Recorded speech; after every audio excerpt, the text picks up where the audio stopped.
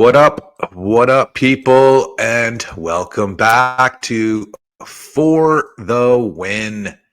Pratty Sandhu, joined by Paul Fraser, and we're back again for the third tournament on the PGA Tour, and we're going to California.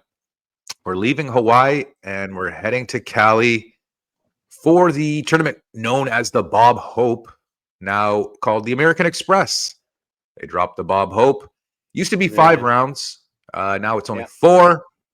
They do the cut after the 3 rounds, and they have 3 courses they play on, and it's a pro-am, so the rounds will take quite a long time, but it is what it is. So I got 6 plays for this tournament, and then I got 2 for the Dubai Desert Classic. So let's kick it off with the first selection. It's going to be Kevin Yu. He's getting 110 to 1 odds. He won in the silly season wraparound, and so he's pretty hot. He makes a shit ton of birdies. Obviously, in a pro-am, that's what you need. So, going with the youngster, Kevin Yu, kind of going with long shots, I think, in this tournament is the way to go. And, not the strongest field. So, next up, we have Michael Thor Bjornsson. And he's, I think it's his first full year on the PGA Tour now. He's kind of a prodigy.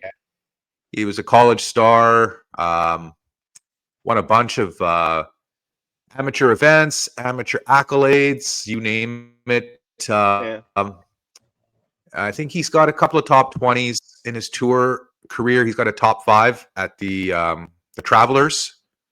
So that's good. Yeah, he's on the way up. He's a future superstar. And getting him at 140 to 1, I mean, I can't pass that up.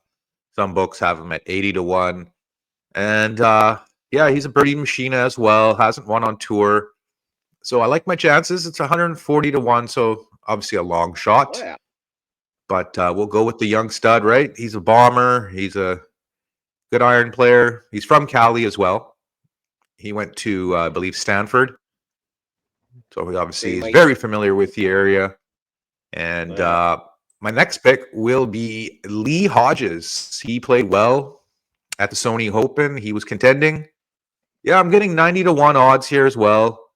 A bit of a long shot as well, but I mean, it's a pro-am. Dude makes a shitload of birdies. I know I've said that 3 times, but it is what it is. He's a pretty good putter too, not super long. So I look for him to hopefully contend and maybe make it a bit of a sweat. Next up, I've got a super long shot, Antoine Rosner, a relative unknown to the PGA Tour. He's won on the DP World Tour, and I think he won last year in the Middle East, and he's a bit of under the radar type of dude, Frenchman. But he played at the Olympics last year, and he's a pretty good golfer, just not known to the North American scene. And I saw him at 175 to 1. I was like, okay, this is like $3 I got to bet on the guy. So I'm taking him. And last year we had a Frenchman come over from the DP World Tour, and he won at Torrey Pines. And he's an up and coming golfer. So he obviously hasn't played the course or the tournament anymore, but I see him at the same value at some of the guys that are 60, 70 to 1. So I'm going to take a shot with Antoine. And the 5th pick is going to be Willie Zalatoris. Willie Z, he's been banged up. A lot of injuries, back surgery. But he's slowly making his way back and played pretty well at Kapalua. Was hitting the ball really well.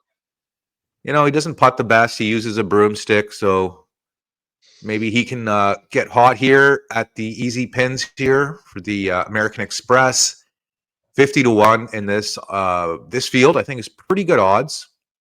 He's like the 10th or 15th favorite in that range.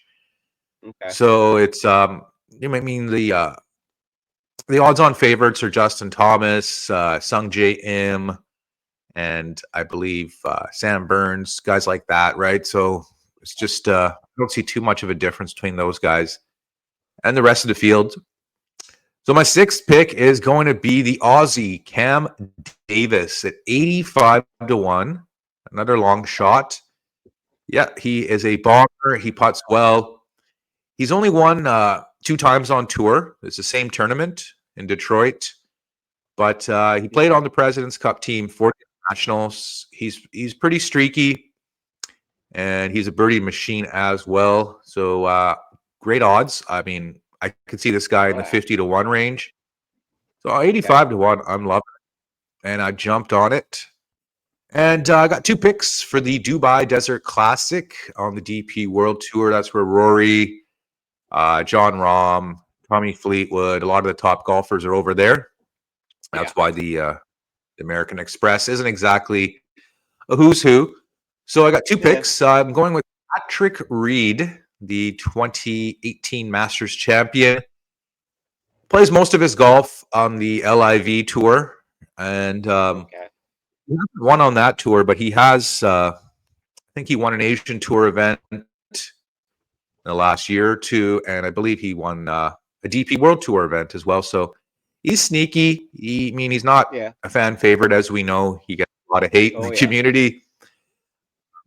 But I mean, 60-1, I like it. It's obviously a really strong field. So I took Patrick and 60-1 at Dubai. And the last selection of all the tournaments here is going to be a Scotsman, Ewan Ferguson. Yep, Paulie's Scotsman there. Another huge long shot, 165-1. I seen this guy. He is a better golfer than a lot of dudes in the 100-1 range, 80-1 range. And again, he's not a big name, right? But he has won a couple of times on the tour. And I believe he won a big tournament last year, a Rolex Series event. Okay. Kind of like the equivalent of their elevated event. So he's won some big tournaments out there. So I'm liking those are the 8 selections for the American Express and the Dubai Desert Classic. Quick recap: Kevin Yu, 110-1. Michael Thorbjornsen, 140-1. Lee Hodges, 90-1. Antoine Rosner, 175-1. Willie Zalatoris, 50-1. Cam Davis, 85-1. And the 2 bonus picks for the Dubai tournament: Patrick Reed, 60-1, and Ewan Ferguson at 165-1. So a lot of long shots. I'm just taking a shot with the longer players. Last year we had an amateur win this event, Nick Dunlap. Yeah. Oh yeah. He went on to win another tournament as a pro, so pretty impressive. But a lot of the winners here they've been in the triple digits, like 100-1, 200-1. So I said to myself, why pay up for the higher odds guys when someone out of nowhere is likely to win this event? So I took a lot of long shots, and hopefully we can get some traction on the weekend. The first 2 tournaments didn't really have much to look forward to on the weekend. Everyone kind of sputtered out either round 2 or round 3. So that pretty much wraps it up for this week's episode. And Paul and I will catch everyone next time on For the Win. Later, everyone.